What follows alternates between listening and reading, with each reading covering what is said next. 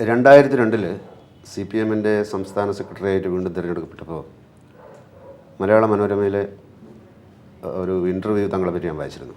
അപ്പോൾ അതിൽ കുറേ കാര്യങ്ങളിങ്ങനെ സംസാരിക്കുന്നതിനിടയിൽ വ്യക്തിപരമായ ചോദ്യങ്ങൾ വന്നപ്പോൾ വ്യക്തിപരമായ കാര്യങ്ങൾ എനിക്ക് താല്പര്യമില്ല, പാർട്ടി കാര്യങ്ങൾ സംസാരിക്കാമെന്ന് പറഞ്ഞിട്ട് അങ്ങനെ ഒരു സംഭാഷണം നിർത്താനുണ്ടായത്. അപ്പോൾ എനിക്കാണെങ്കിൽ ഈ പാർട്ടി കാര്യങ്ങളെക്കുറിച്ച് യാതൊരു വിവരമില്ല. വ്യക്തിപരമായ കാര്യങ്ങളെക്കുറിച്ച് അറിയാൻ താല്പര്യമുണ്ട് താനും. ഞാനിപ്പോൾ പിണറായി എന്ന് പറഞ്ഞ സ്ഥലത്തിന് അധികം ദൂരെയല്ലാത്തൊരു സ്ഥലത്ത് താമസിക്കുന്ന ആളാണ്. എങ്കിൽ പോലും താങ്കളുടെ ബാല്യകാലത്തെക്കുറിച്ചോ അച്ഛൻ, അമ്മ, കുടുംബം അങ്ങനെയുള്ള കാര്യങ്ങളെക്കുറിച്ചോ ശരിക്കും പറഞ്ഞാൽ ഞാൻ അജ്ഞനാണ്. അപ്പോൾ അത്തരം കാര്യങ്ങളെക്കുറിച്ച് അറിയാനാണ് എനിക്ക് താല്പര്യം. വ്യക്തിപരമായ കാര്യം പറയാൻ വൈമുഖ്യമുണ്ടോ?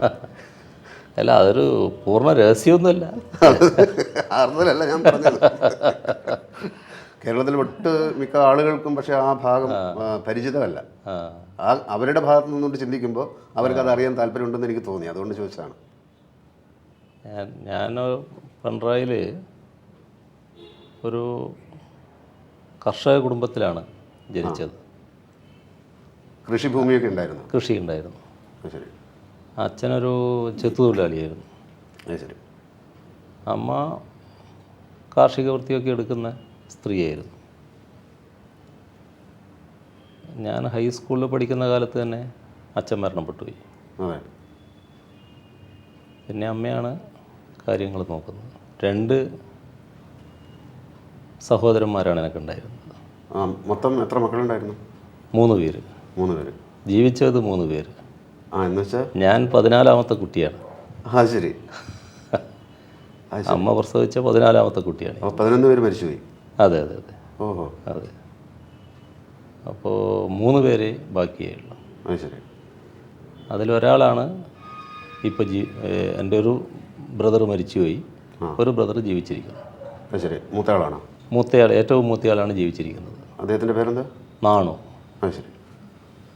കുമാരൻ എന്ന് പറയുന്ന മറ്റൊരു ജ്യേഷ്ഠനുണ്ടായിരുന്നു, അദ്ദേഹം മരിച്ചുപോയി. ഇതാണ് എൻ്റെ. ശരി. അപ്പോൾ അന്നത്തെ ഈ ജീവിതം എങ്ങനെയായിരുന്നു? ശരിക്കും പറഞ്ഞാൽ ഒരു സുഭിക്ഷമായ ഒരു രീതിയിലായിരുന്നു ജീവിതം?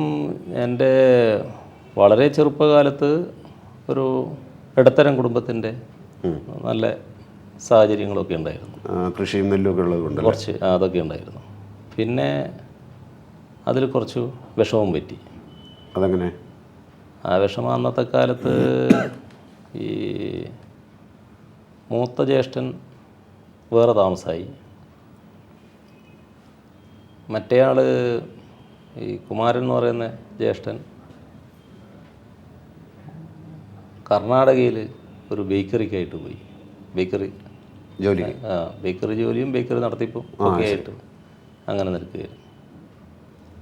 അപ്പോൾ അച്ഛന് പ്രായം, അങ്ങനെയെല്ലാം കൂടി കുറച്ചൊരു അവശതയിലായി കുടുംബം.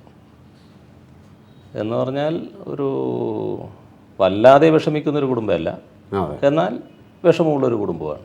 ആ ഒരു പരുവത്തിലായി. അപ്പോൾ വിദ്യാഭ്യാസ കാലത്ത് അവിടെ ഒരു ശാരദാവിലാസം LP സ്കൂളുണ്ട്, അവിടെയാണ് ഞാൻ പഠിച്ചിരുന്നത് പിണറായിൽ. 5ാം ക്ലാസ് വരെയാണ്? 5ാം തരം വരെയുള്ള ആ LP സ്കൂൾ. അപ്പോൾ അവിടെ ഉള്ളൊരു പ്രധാനപ്പെട്ട അധ്യാപകനുണ്ട്, ഗോവിന്ദൻ മാഷ് എന്ന് പറയും. നാട്ടിലെ ഒരു പ്രമാണി കൂടിയാണ്. അപ്പോൾ 5ാം തരം കഴിയുമ്പോൾ അദ്ദേഹം അമ്മേനെ വിളിപ്പിച്ചു. എന്നിട്ട് പറഞ്ഞു, ഈ കുട്ടിയെ നിങ്ങൾ പഠിപ്പിക്കണം എന്ന് പറഞ്ഞു. പക്ഷേ വീടിൻ്റെ അന്നത്തെ ഒരു സാഹചര്യവും നമ്മുടെ നാടിൻ്റെ ഒരു രീതിയൊക്കെ പഠിത്തത്തോട് അത്ര താല്പര്യമുള്ളതല്ലല്ലോ.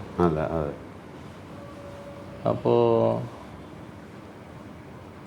ഒരു ബീഡിത്തൊഴിലിന് പറഞ്ഞയച്ചാലോ എന്നൊരാലോചന വീട്ടിൽ വന്നു. അങ്ങനെ ഒരാളെടുത്ത് പോയി, ഒരു PC ബാലൻ എന്ന് പറയുന്ന ഒരാളുണ്ടായിരുന്നു. അയാളെടുത്ത് പോയി അമ്മ. അപ്പോൾ അയാൾ പറഞ്ഞു അയ്യേ ഇപ്പം അവന് വീടിപ്പണിക്കൊന്നും കണ്ടില്ല, അവൻ പഠിക്കട്ടെ എന്ന് പറഞ്ഞ് അയാൾ മടക്കി. പിന്നെ അവിടെ വീട്ടിൻ്റെ അടുത്ത് തന്നെ ഒരു KP ഗോവിന്ദൻ എന്ന് പറയുന്ന പഴയ ഒരു പാർട്ടി സഖാവൊക്കെ ആയിട്ടുള്ള, മറ്റേയാളും പാർട്ടി സഖാവ് തന്നെയാണ്. ഇപ്പോൾ ഗോവിന്ദാട്ടനും പറഞ്ഞു അത് വേണ്ട, അവൻ പഠിക്കട്ടെ എന്ന് പറഞ്ഞു. അപ്പോഴേക്കാണ് ഈ അധ്യാപകൻ ഈ ഗോവിന്ദ മാഷി ഈ വിവരം വിളിച്ച് പറയുന്നത്. പിന്നെ ഞാൻ അവിടെ RC അമല UP സ്കൂളിൽ ചേർന്നു. അപ്പോൾ അവിടെ പഠിച്ചുകൊണ്ടിരിക്കുമ്പോൾ അവിടെ ഒരു മുൻഷി എന്ന് വിളിക്കുന്ന സംസ്കൃത പണ്ഡിതനൊക്കെ ആയിട്ടുള്ള ഒരു അധ്യാപകനുണ്ടായിരുന്നു, ശങ്കരൻ മുൻഷി. ശങ്കരൻ എന്നാണ് അദ്ദേഹത്തിൻ്റെ പേര്. അദ്ദേഹം അമ്മയെ വിളിപ്പിച്ചു. അപ്പോൾ അമ്മയോട് പറഞ്ഞു എവിടെ തോൽക്കുന്നോ അവിടെ വരെ പഠിപ്പിക്കണം, എവിടെയാണോ തോൽക്കുന്നത് അവിടെയും നിർത്താൻ പാടില്ല, അതെനിക്ക് വാക്ക് തരണമെന്ന് പറഞ്ഞു.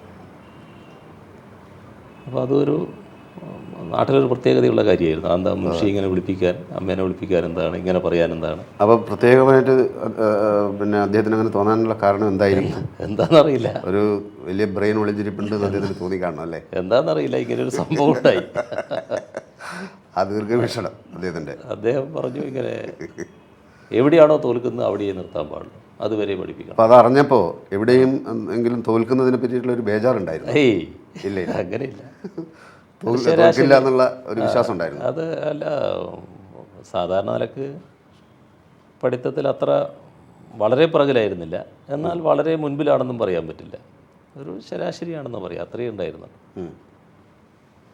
ESLC എക്സാമിനേഷൻ ഉണ്ടായിരുന്നു 8ാം തരത്തിൽ ഞാൻ പഠിക്കുന്ന കാലം. 8ാം ക്ലാസ് കഴിഞ്ഞിട്ടുള്ള 8ാം ക്ലാസ്സിൽ ESLC എന്ന് പറഞ്ഞിട്ട് പബ്ലിക് എക്സാമിനേഷൻ. അതിൽ ഞങ്ങൾ 3 കുട്ടികളായിരുന്നു പാസ്സാകുന്നത് ആ ESLC. എത്ര കുട്ടികളുള്ള ക്ലാസ്സിൽ? അത് അന്നത്തെ കാലത്ത് ഒരു 10-40 പേരില്ലേ. അപ്പോൾ ഞാൻ കതിരൂർ ഹൈസ്കൂൾ പഠിക്കുന്ന നേരത്ത് 40 കുട്ടികളായിരുന്നു എൻ്റെ ക്ലാസ്സിൽ. അതിൽ 40ാമനായിട്ടാണ് ഞാൻ പൊതുവെ കണക്കാക്കപ്പെട്ടിരുന്നത്. റിസൾട്ട് വന്നപ്പം 8 പേര് പാസ്സായി, അതിൽ ഒന്ന് ഞാൻ പെട്ടു. അതേപോലുള്ളൊരു സംഗതി. അതേപോലെ അല്ല, പുറകിലായിരുന്നില്ല, മുന്നിൽ തന്നെ ആയിരുന്നു അല്ലേ? അല്ല, ഒരു ശരാശരി അങ്ങനെ വളരെ മുന്നിലായിട്ടല്ല. ഞാൻ ഈ സിനിമ കാണാനുള്ള പോക്ക് കാരണം ക്ലാസ് ഭയങ്കര കുഴപ്പമായിരുന്നു ആ സമയത്ത്. ഞാൻ ചെറുപ്പത്തിൽ മറ്റ് പ്രശ്നങ്ങളില്ല, വളരെ കൃത്യമായിട്ട് ക്ലാസ്സിൽ പോവുകയും പഠിക്കുകയൊക്കെ ചെയ്തു.